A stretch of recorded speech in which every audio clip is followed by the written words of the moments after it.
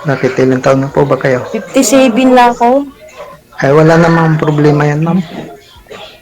Sabi nga nila, age doesn't matter. Ganon. Mm. Ah, nasaan po kayo ngayon, ma'am? Quezon City po. Mhm. Quezon City. Ang probinsya po ninyo saan? Province. Calbayog. Calbayog Ay, Calbayog. City. Bisa, Bisaya po, Sama. no? Mm. Malayo. Apat po. Ilang taon na po ang panganay? Ano na po? 37. Pastor. Pastor Ay, na eh. pasto. Opo. May lahat po ba ng anak ninyo may pamilya na? Yung dalawa pa lang. Hmm. Kayo po, Ano? ilan anak nyo? Sorry. Tatlo po. Tatlo po. Mm.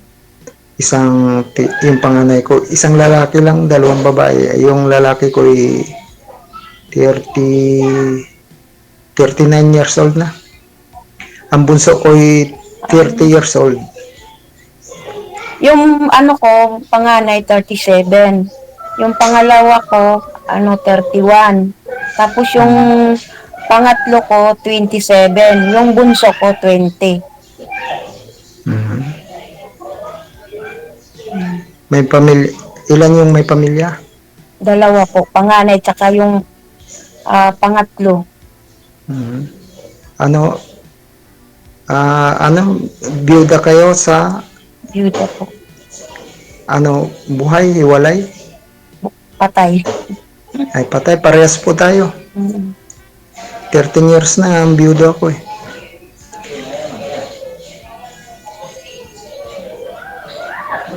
Tagal na. Eh, opo. Breast cancer ang ikinamatay ng aking misis. Mm.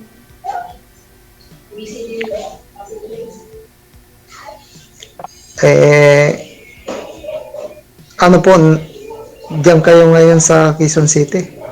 Opo, Quezon City. Nandito kasi yung mga anak ko. Ano diyan, may bahay kayo? Nangupahan lang. Ganun ba? Saan po kayo sa Quezon City? Sa Tandang Sora. Malapit. May anak ako diyan. Nandyan yung isang anak ko, teacher. Sa, saan banda? Diyan sa Holy Spirit, nagtuturo. Sa ganyo po Ah, yung ulo, sir. Hindi kayo kita, sir. Kurtina yung tama. nakikita. Malapit lang sa amin yun. Opo, diyan sa Barangay Holy Spirit. Lagi nga nagpupunta yung bunso ko doon eh. Nagbabasketball sila. Diyan siya naka-assign. Mm. Dalawa yung anak kong guro eh, pero yung isa nandito ngayon sa Pangasinan, dito na dito nagtuturo. Bali ho yung mga anak nyo, sir. Kasama nyo sa bahay. Pati mga apo mo. Bali, ang apo ko po ay dalawa lang. Yung aking panganay na Hindi, apo ay yung mga apo nyo po. Magkasama ho kayo sa bahay. Opo, isa lang yung apo ko rito. Ba't ang daming maingay? May, nasa sala po kasi, yung babae, 4 years old. Babae. Nanonood ng TV. Doon sa sala.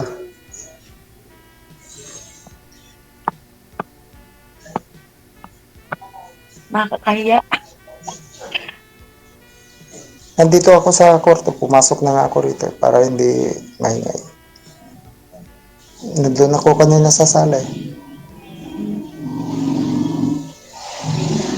Tanong ka na, kuya.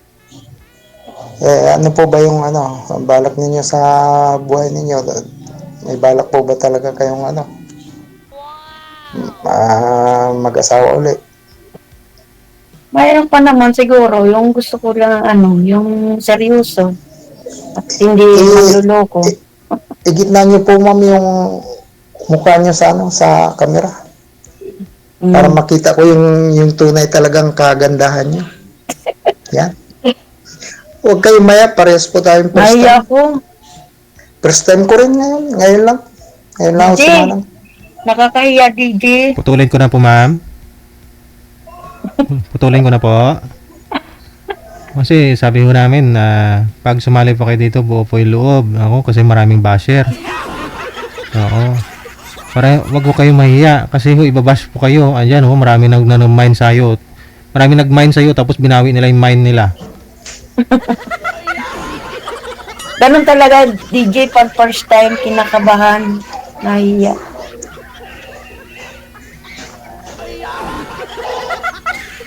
Ano po ba kung para sa mga anak nyo, ano po ba sabi nila, pinapayagan po ba kayo uling magkaroon ng Payag Boyfriend. Ano po naman, ba? basta, sabi nila, basta yung hindi manluloko. hindi naman po ako manluloko eh. May Facebook po ba kayo? May Facebook kayo? Mayroon po. Ano po sakit ng mister niya? Ba't ho namatay? Ako po, Hindi, hindi, sa akin. oh, mister niyo po ma'am, mister mo. Ano po, linason po, DJ. Nang kaaway niya. Pinainom ng alak. Ah, yung mga Saan po nangyari yun? kasama niya sa Sa inuman. probinsya. Sa probinsya. Yun ang mahirap yung ganun nga sa probinsya. Bali, ang nangyari, uminom sila ng kabarkada niya, tapos may galit sa kanya, ganun. Hindi naman siya totally nagiinuman sila. Dumaan lang siya, tinagayan daw siya. Ah, tapos, Ayaw nga niya tanggapin. oh, Sabi ng nakakita doon. Pinilit daw, yun. pagdating sa bahay ninyo, Ano po, nagkon ng bibig niya, parang nagbula ba. hmm, Hindi na nadala sa ospital, hindi na umabot eh. Nalason nga. Ilan taon na po kayo, ma'am? 57 na.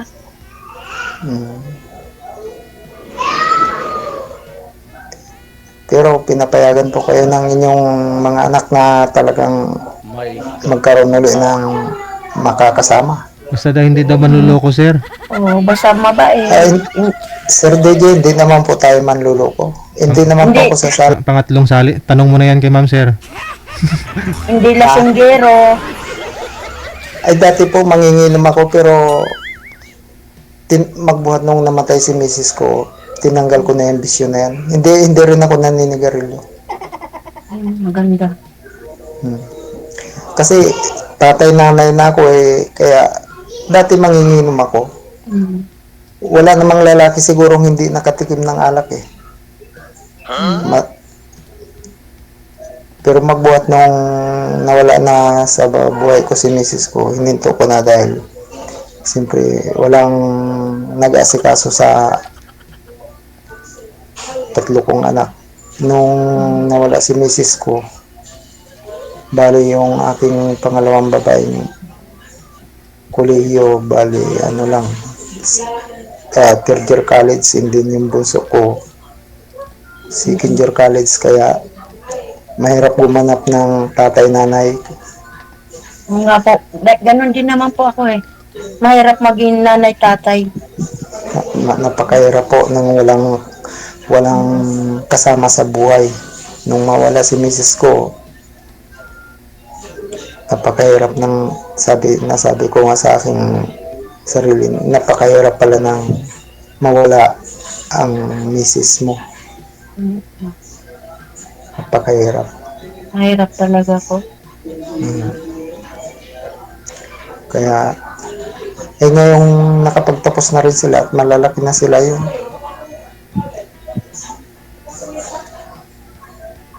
Kung sa kasakali naman po, halimbawa, magkasundo tayo, balak po ba ninyo, gusto nyo, siguro hindi na siguro tayo pwedeng magpakasal dahil may mga edad na rin tayo eh. Ako, wala. Yung tatay ng mga anak ko, hindi kami kasal. Ay, yun naman pala eh. Ako kasal, kaya Gusto lang mo patay matry, na ma'am? yung misis ko. So gusto mo Opo. pakasalan? Ah, yun lang. Hindi. Patay na yun.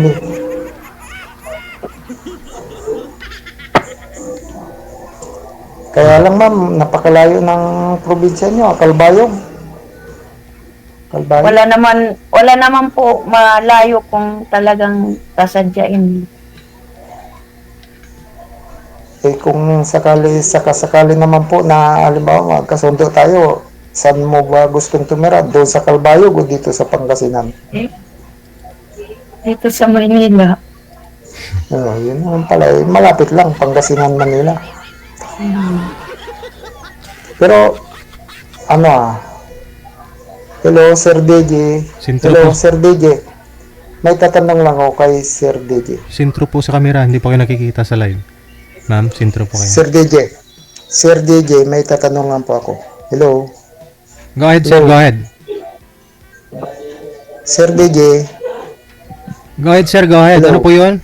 Nakikinig na po si Yung, DJ. Sir DJ, yung bago ako message sa iyo, yung napanood ko na tiga Isabela yung lalaki, saka tiga Mindoro yung babae. Hmm.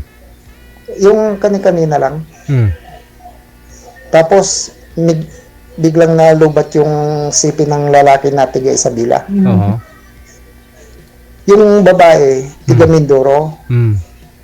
kababayan ko pa pala yun. Kasi ako tiga Mindoro, Te.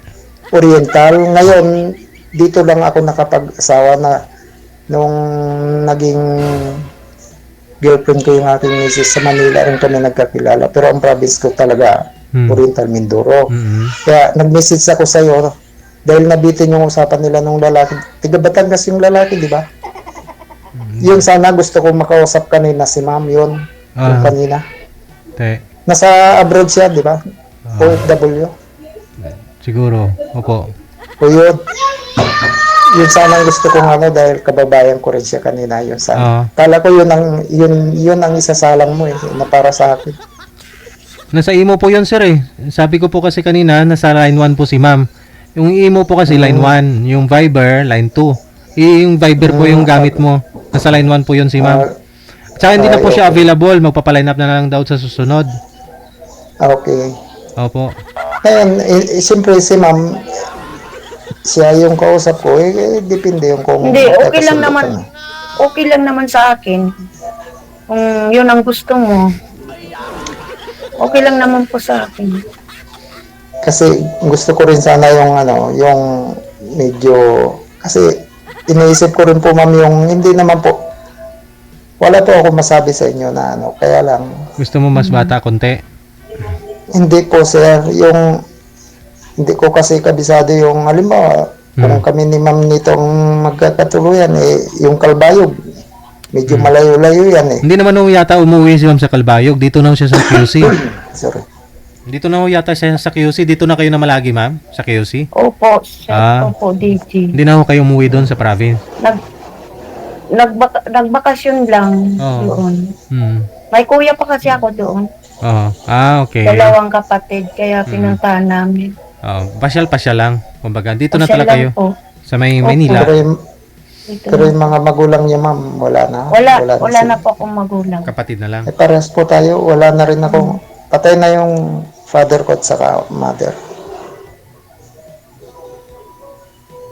Opo.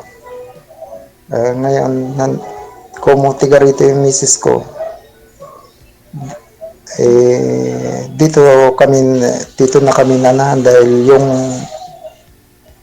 wala na rin yung biyanan ko mag-asawa na wala na, nasa kabilang buhay na. Yung luti ng aking biyanan na babae, inano doon sa aking misis, kaya yun pinatirikan namin ng bahay dito. Kaya dito na kami naninirahan, dito na ako naninirahan. Saka dito na rin lumaki yung aking mga anak, dito sila nag-graduate ng kuliyo hanggang nakapagturo. Kaya dito na kami. Pero ang province ko, Oriental Mindoro. Ako, maliit pa rin mga anak ko na dito na kami.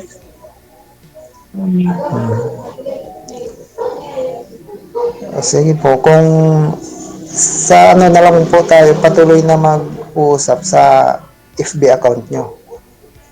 Paano, Sir DJ, paano ko mapipick up yung FB account ni ma'am?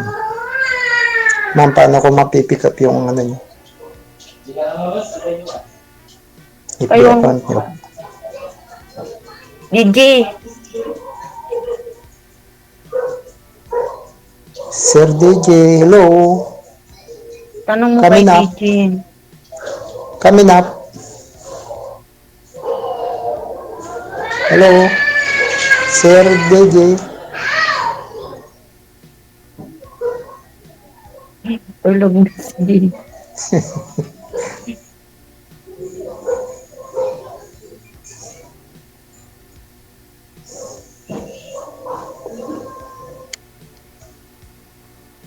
Saan po kayo dyan sa ano? Sa Quezon City? Sa Tandang Sora. Tandang Sura. Malapit sa may ano, market? Tandang Sura market? Malapit lang dyan? Hmm. Hello, Sir DJ. Coming up. Kayo na? Sir, paano ko po ba mapipick up yung FB account ni ma'am? Ibibigay po yan ni ma'am, sir.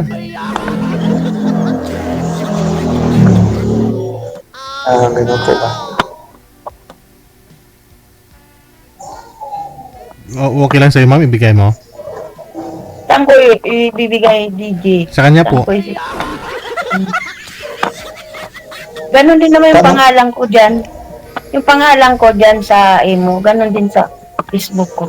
Hindi ako nagpipiki sa mga pangalan ko. Sa imo. Viber. Viber. Viber. Okay. Yan din yung pangalan ko dyan. Pangalan ko dyan sa FB. Okay. Tanong pa ako kayo, ma'am, para makilala ho ninyo ng lubos itong mapapangasawa mo.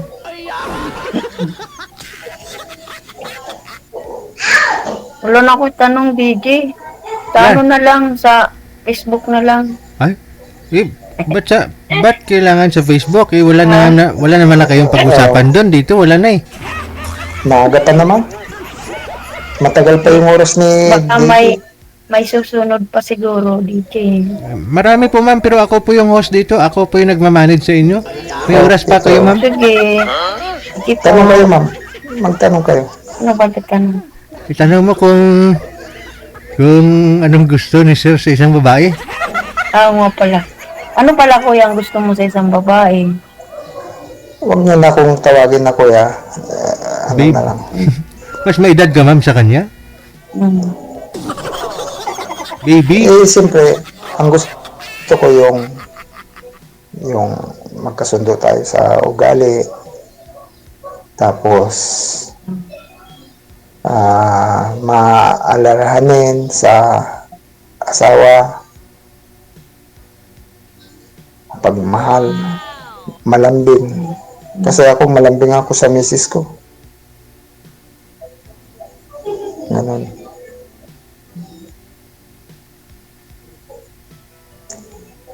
Yun ang gusto ko sa babae. Saka, nasikaso sa loob ng bahay, lalo na yung ganyan, yung pagluluto, ganyan. Yan. Ikaw Sa naman. akin naman, masipag ako. Natatrabaho ko lang. Hindi ko lang tinatrabaho yung mahirap na talaga panlalaking trabaho. Ako, trabahong lalaki, trabahong babae, ginagawa ko na yan, magbuhat nung nabiyudo ako. Naglilinis ako ng bahay, naglalaba, nagluluto. Hatid sundo ako sa anak ko pag umaga. Kasi may tricycle kami, hatid sundo. Pagdating ko rito sa bahay, maglilinis ako ng bahay. Maglalaba, magwawashing. Kasi siyempre wala akong asawa. Dati po akong biyahero po ako dati noon, biyahero ako. Isabela, Bicol, naikot ko na lahat ito. Hanggang Mindoro. Biyahero po ako dati bago nung nakagraduate na yung mga bata. Yun. Nag-stay at home na nga ako. Siyempre walang nag-aasikaso dito sa kanila. Walang taong bahay pag pumasok sila. Kaya pinahinto na nila ako sa pagbabiyahe. Tanong ko lang po, kung yung mga anak mo mabait ba? Ay, Hindi napakabait po po nila. sila. Yun po, mabait sila. Kung mabait rin tayo, mabait din sila sa atin. Mm. Ganun yun. Eh kung masungit tayo, masungit din sila. Ganun.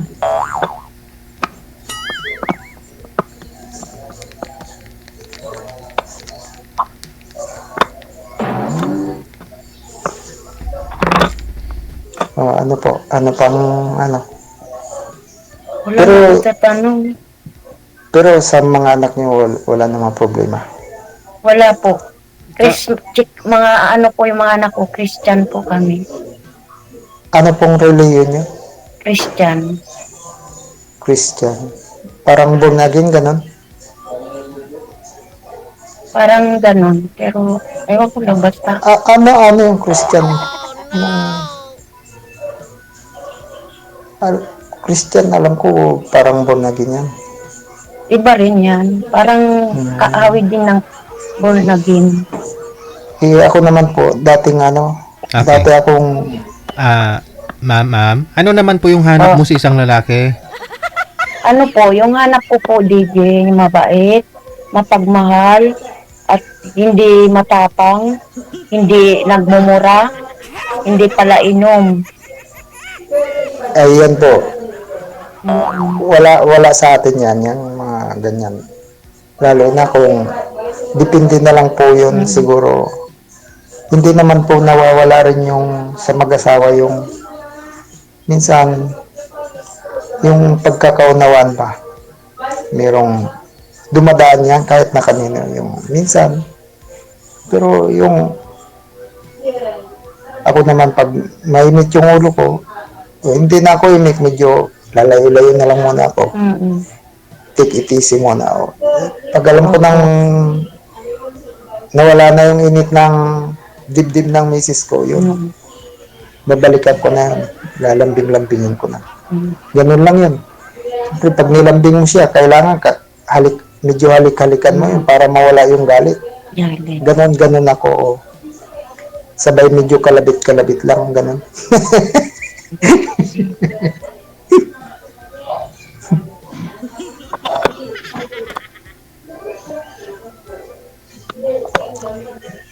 Tuwing Sabado, kasi nagdudong na dati nangungupahan yung aking anak dyan sa Manila ng Mm, bahay, buong bahay.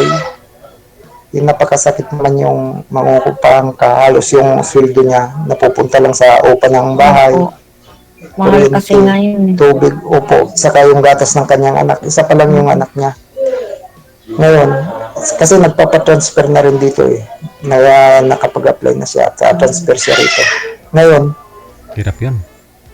dito sa harap ng bahay, itong harapan, maluang pa ito, nagpagawa siya ng tirahan niyang bahay dito. Dito sa harap, mm, ito yung bahay talaga namin ito. Maluwang to eh. Pero dyan sa harap may bakante pa. Nagpagawa siya dyan. Pero hindi pa napinis. Yun. Kaya, pag na-transfer siya dito na rin siya titira. Dyan sa bahay niyang pinagawa. Yung bunso ko dalaga pa yan, 30 years old. Medyo parang wala pang balak mag-asawa. Guro din yan, senior high school ang tinuturuan niya. ano na pala mga anak ko. Malalaki na. O yung panganay ko, 39 years old na. Yan naman, binata pero nagkaroon ng anak. Kasi pagka-graduate niya ng kolehiyo, pumunta ng Bulacan, pumasok sa Jollibee, sa Malolos. Nagkaroon siya ng girlfriend doon. Nag-live-in sila. Ngayon nabuntisan niya na anak niya. Pero hindi naman sila kasal. Kung bata pa rin sila, bata pa yung babae. Bago niya siguro nakilala yung may boyfriend din na iba. Mm, Ay di nabuntisan ng aking anak hanggang nailuwal yung bata. Nung nailuwal na yung bata, nasa puder namin, buhay pa noon yung misis ko. Hanggang ngayon na grade 12 na, nandito sa puder namin ngayon. O yung mami niya, inasawa nung iba doon sa Bulacan. Kaya yun, kaya walay sila ng aking anak. Sige. Hindi naman sila kasal. Sige, sige. Connected na po kayo. Tuloy-tuloy lang ang usapan. Maraming salamat. Magandang gabi. Sige po. Thank you. Bye. DJ. Thank you po. Okay. DJ. Bye-bye. Ikaw ba ay malungkot? Walang makakausap at nag-iisa? May programang para sa'yo. Wanted Sweetheart. Wanted Sweetheart. Byuda, byudo, iniwan, single mom, single dad, single tita, single tito, single lulo, single lula. Basta nasa tamang edad, 18 pataas, pwede kang sumali. Basta walang sabit, walang asawa, walang girlfriend, walang boyfriend, walang ka-LDR. Pwede kang sumali. Sa mga gustong sumali, install lang ng Viber or email application sa inyong mga cellphone. Gumawa ng account at kung ready na yung account mo, hanapin ang aming account, DigiGel OFW Emotion, sa pamamagitan po ng aming ID na +63 961-3560-194. I-PM mo sa amin ang pangalan mo, edad at saka lokasyon para amin po kayong mahanapan ng inyong kalugar, kaedad. At malay mo, siya na ang matagal mong hinihintay. Makakasama sa hirap at ginhawa. Wanted Sweetheart. Wanted Sweetheart. Gabi-gabi mong mapapanood at mapakinggan. Alas 7 hanggang alas 10 ng gabi. Dito lamang sa Gel FM 98.7. Powered by OFW Emotion TV Radio. Wanted Sweetheart. Wanted Sweetheart. Paalala, mag-ingat sa mga scammer.